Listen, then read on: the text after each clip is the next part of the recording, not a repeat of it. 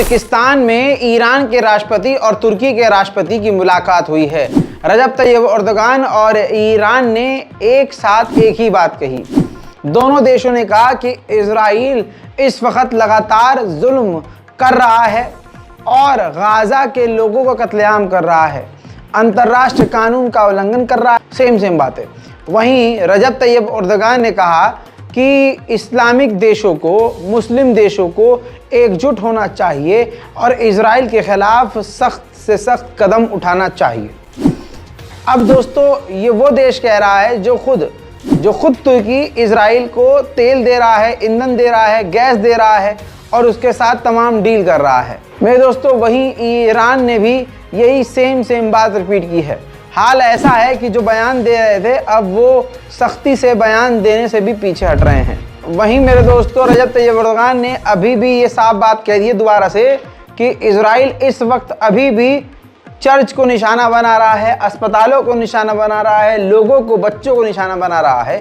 इस वक्त भी इजराइल का यही खेल चालू है। वहीं रजब तैयब एर्दोगान ने यह भी कहा है कि जो 11,000 आम नागरिक शहीद हुए हैं उनमें 73% सिर्फ और सिर्फ बच्चे हैं। वहीं फिलिस्तीन के इलाके में रहने वाले एक अरब के व्यक्ति को इजराइल की मिलिट्री ने गिरफ्तार किया है क्योंकि वो शख्स गाजा में हो रहे कत्लेआम के खिलाफ प्रदर्शन की तैयारी कर रहा था। वहीं जो इजराइल ने खुलासा किया है वो दिमाग को चौंका देने वाला है।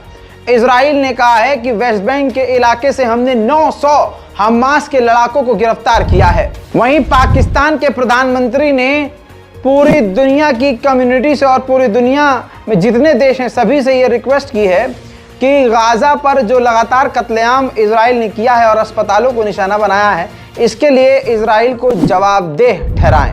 उधर नेटो के चीफ ने फिर एक बात रिपीट करी है कि इजराइल को अपने सेल्फ डिफेंस का अधिकार तो है, लेकिन ह्यूमैनिटेरियन एड पॉज होना चाहिए और सिविलियंस को बचाने का कदम उठाना चाहिए।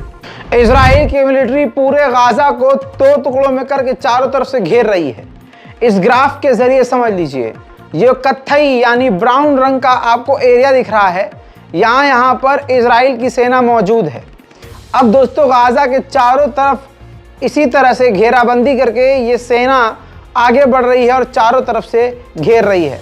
समुद्री इलाके में भी इस वक्त इजराइल ने घुसपैठ की है और समुद्री इलाके से घुसकर गाज़ा पर कब्जा किया गया है। उधर ग्रीस के प्रधानमंत्री ने इजराइल को तगड़ा झटका देते हुए कह दिया है कि मिडिल ईस्ट में शांति तभी आएगी और ये दुश्मनी तभी खत्म होगी जब फिलिस्तीन को एक स्टेट दिया जाएगा और 2 स्टेट सॉल्यूशन निकाला जाएगा। स्पेन की सोशल राइट मिनिस्टर ने फिर से मांग उठाई है कि इजराइल जो कुछ भी कर रहा है वो जेनोसाइड है और कत्लेआम वो कर रहा है बिना रुके, अंतर्राष्ट्रीय कानून का उल्लंघन कर रहा है।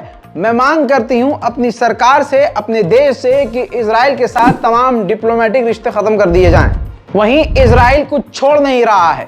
इजराइल ने गजा के अंदर फिलिस्तीन की एम्बुलेंस पर हमला कर दिया है जिसमें कई लोग मारे गए हैं। बात इजराइल की करूं तो जब से गजा के अंदर घुसा है इजराइल, उसके 35 सैनिक मारे गए हैं और 50 से ज्यादा बुरी तरह से घायल हुए हैं। वहीं एमनेस्टी इंटरनेशनल ने साफ कहा है कि इजराइल वेस्ट बैंक में जबरदस्ती जिन फिलिस्तीनियों को गिरफ्तार कर रहा है उन्हें तुरंत रिहा करे और वेस्ट बैंक में जिस तरह से आपके लोग फिलिस्तीनियों पर हमला कर रहे हैं उसे तुरंत इसी वक्त बंद करें। अमेरिका के व्हाइट हाउस के प्रवक्ता ने, मैंने कल बताया था और दिखाया था, साफ पत्रकार के सवाल पर कह दिया था कि गाज़ा में मरने वाले लोगों की कोई रेड लाइन हमने डिसाइड नहीं की है। इस पर अमेरिका के मुस्लिम संगठनों ने सख्त व्हाइट हाउस का विरोध किया है। रशिया ने इजराइल से कहा था कि हमारे रूसी नागरिकों को गाज़ा से निकलने दे, जिस पर इजराइल ने अपने घिनौने मुंह से कहा है कि अभी भी रूस के लोगों को रिहा करने के लिए हमें 2 हफ्ते लग जाएंगे। इस बयान को सुनने के बाद रूस ने बयान जारी करके कहा कि इजराइल के इस बयान और इस रवैये से हमें काफ़ी बड़ा झटका लगा है, हमें काफ़ी शॉक लगा है। वहीं मेरे दोस्तों, G7 देशों ने, जिसमें 7 देश शामिल हैं, इस ग्रुप ने ईरान से मांग करी कि मिडिल ईस्ट में तुरंत शांति आए, इसके लिए आप तुरंत कदम उठाएं और हमास का और फिलिस्तीन का समर्थन करना इसी वक्त बंद कर दीजिए। इस मांग को ईरान ने बिना पूरी सांस लिए ठुकरा दिया है। 2023 में फ्रांस को फिलिस्तीनियों को 20 मिलियन यूरोज देने थे। ये फ्रांस ने फिक्स किया हुआ था, लेकिन ये जंग हो गई और गाजा में इजराइल ने कत्लेआम मचा दिया, जिसके बाद वो 20 मिलियन यूरोज को बढ़ाकर फ्रांस ने 100 मिलियन यूरोज फिलिस्तीन के लोगों को देने का फैसला किया है। France humanitarian conference on Gaza crisis करवा रहा है, यानी गाजा के ऊपर फ्रांस में इंटरनेशनल कॉन्फ्रेंस करवा रहा है जिसमें तमाम देश शामिल हैं। इसमें यूएन का सबसे बड़ा बयान है। यूएन ने कहा कि इजराइल जो कुछ भी गाजा में कर रहा है, इससे ये जो आग है जंगल की आग की तरह बढ़ सकती है और कई देशों को ये झुलसा सकती है। अब दोस्तों वक्त है सबूत दिखाने का। पहली बार नेतन्याहू अमेरिका और यूरोप के प्रेशर में आए और उन्होंने अपने यहूदियों को हड़काया और कहा कि आप जिस तरह से हमला कर रहे हैं फिलिस्तीनियों पर, फिलिस्तीन के इलाके में और वेस्ट बैंक के इलाके में बंद कीजिए, और अगर ऐसा नहीं होता है तो उन पर यानी आप पर कार्रवाई की जाएगी। वो वीडियो सुन लीजिए। अब वीडियो प्रूफ देने आया हूं जिसमें नेतन्याहू साफ कह रहे हैं कि थोड़े से कुछ लोग अगर सेटलर ऐसा काम कर रहे हैं तो हम उनके खिलाफ कार्रवाई करेंगे। קומץ קטנטן של אנשים שלא מייצג את הציבור הזה, שלוקח את החוק לידיים.